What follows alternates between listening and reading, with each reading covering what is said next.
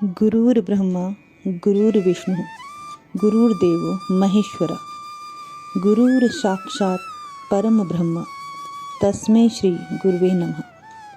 अर्थात गुरु ही ब्रह्मा है। ब्रह्मा यानी सृष्टि के निर्माणकर्ता। गुरु ही विष्णु है यानी सृष्टि के संचालक। गुरुर्देवो महेश्वरा अर्थात गुरु ही महेश्वर है, शिव हैं, सृष्टि के संहार करता है।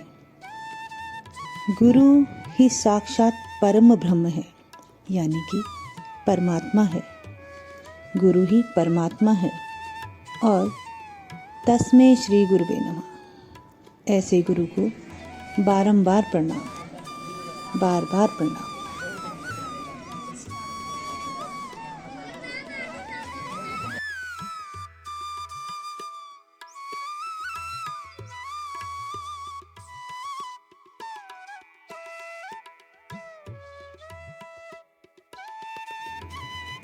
जय गुरुदेव। संपूर्ण विश्व में वेद विज्ञान तथा भगवती ध्यान के माध्यम से भारतीय आध्यात्मिक ज्ञान को पुनर्स्थापित करने वाले महर्षि महेश योगी जी का जन्म 12 जनवरी 1918 को जबलपुर मध्य प्रदेश में हुआ था। इसी दिन स्वामी विवेकानंद जी का भी जन्मदिन है। इन दोनों ही सन्यासियों ने विश्व भर में हिंदू धर्म, दर्शन एवं संस्कृति की पताका को फहराने का पुण्य काम किया है। महर्षि जी का प्रारंभिक नाम महेश प्रसाद वर्मा था।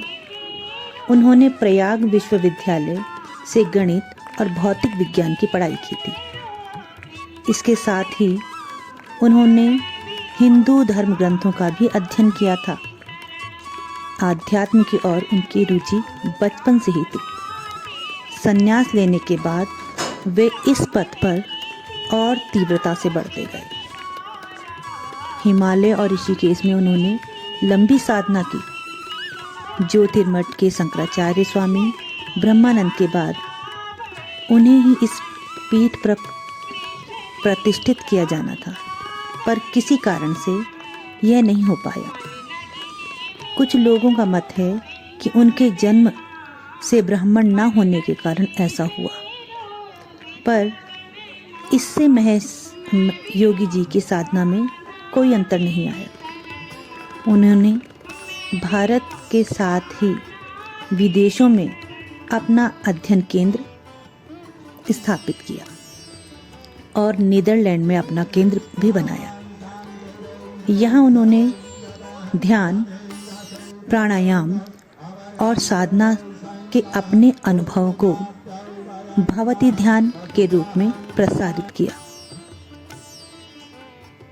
इससे मानव बहुत आसानी से अपनी आंतरिक चेतना की उच्चतम अवस्था में पहुंच जाता है। यह भौतिकता, भागदौड़ और उन्मुक्त यौनाचार की चकाचौंध में डूबे खंडित परिवार वाले पश्चिमी जगत के लिए नई चीज़ थी। इसलिए उनके पास आने वालों की संख्या दिन प्रतिदिन बढ़ने लगी। महर्षि महेश योगी जी के साथ भगवती ध्यान करने वाले अनुभव करने लगे कि वे हल्के होकर धरती से कुछ ऊपर उठ रहे हैं। उनका मत था कि ध्यान का उपयोग केवल आध्यात्म से ही नहीं बल्कि दैनिक जीवन में भी है। इससे मानव की आंतरिक शक्तियां जागृत होती है, जिससे वह हर कार्य को अधिक सक्रियता से करता है। इससे जहां एक और उसका जीवन उत्कृष्ट बनता है, वहीं उसे अपने निजी कार्य में भी अपनी आशा से अधिक सफलता मिलती है। कुछ ही समय में ध्यान की यह विधि अत्यधिक लोकप्रिय हो गई और 1960 से 1970 के दशक में विश्व प्रसिद्ध बैंड वादक बिट्स, रोलिंग स्टोन्स, मिक जैगर और प्रसिद्ध लेखक दीपक चोपड़ा आदि ने महर्षि के सानिध्य में इस विधि को सीखा। इससे महर्षि जी की ख्याति और अधिक बढ़ गई। उन्होंने विश्व में भारतीय संस्कृति, वेद और अध्यात्म पर आधारित रामराज की स्थापना का लक्ष्य लेकर काम किया। उनके अनुयायी भी राम ही कहलाते थे। जब अंत घड़ी आई तो ऋषि जी ने ओम शब्द बोला, ओम शब्द बोला, ओम शब्द बोला। उन्होंने राम मुद्रा का भी प्रचलन किया। महर्षि ने भारत और शेष दुनिया में हजारों विद्यालय और विश्वविद्यालयों की स्थापना की, जहां सामान्य शिक्षा के साथ योग एवं ध्यान की शिक्षा भी दी जाती है। महर्षि महेश योगी जी एक सच्चे वेदांती थे।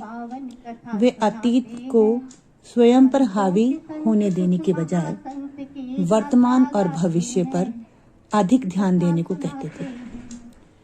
वे लोगों से सदा हंसते हुए मिलते थे, इसलिए उन्हें हंसता हुआ गुरु भी कहा जाता है।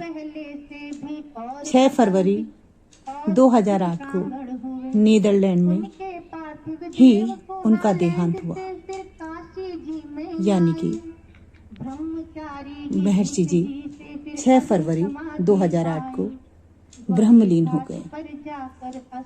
उनके पार्थिव शरीर को प्रयाग लाकर उनके अरेली स्थित उसी आश्रम में अंत्येष्टि की गई, जहां से उन्होंने अपनी आध्यात्म यात्रा प्रारंभ की थी।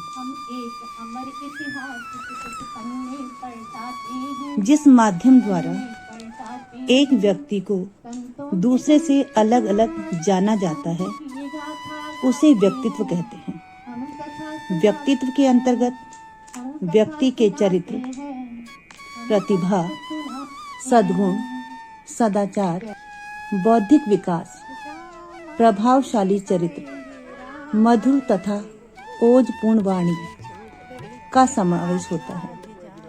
इन सब गुणों या विशेषताओं के समूह को किसी व्यक्ति का व्यक्तित्व कहा जाता है और इस व्यक्तित्व के विकास को भवती ध्यान के माध्यम से पूर्ण किया जा सकता है। भवती ध्यान के माध्यम द्वारा एक व्यक्ति का सर्वांगीण विकास होता है।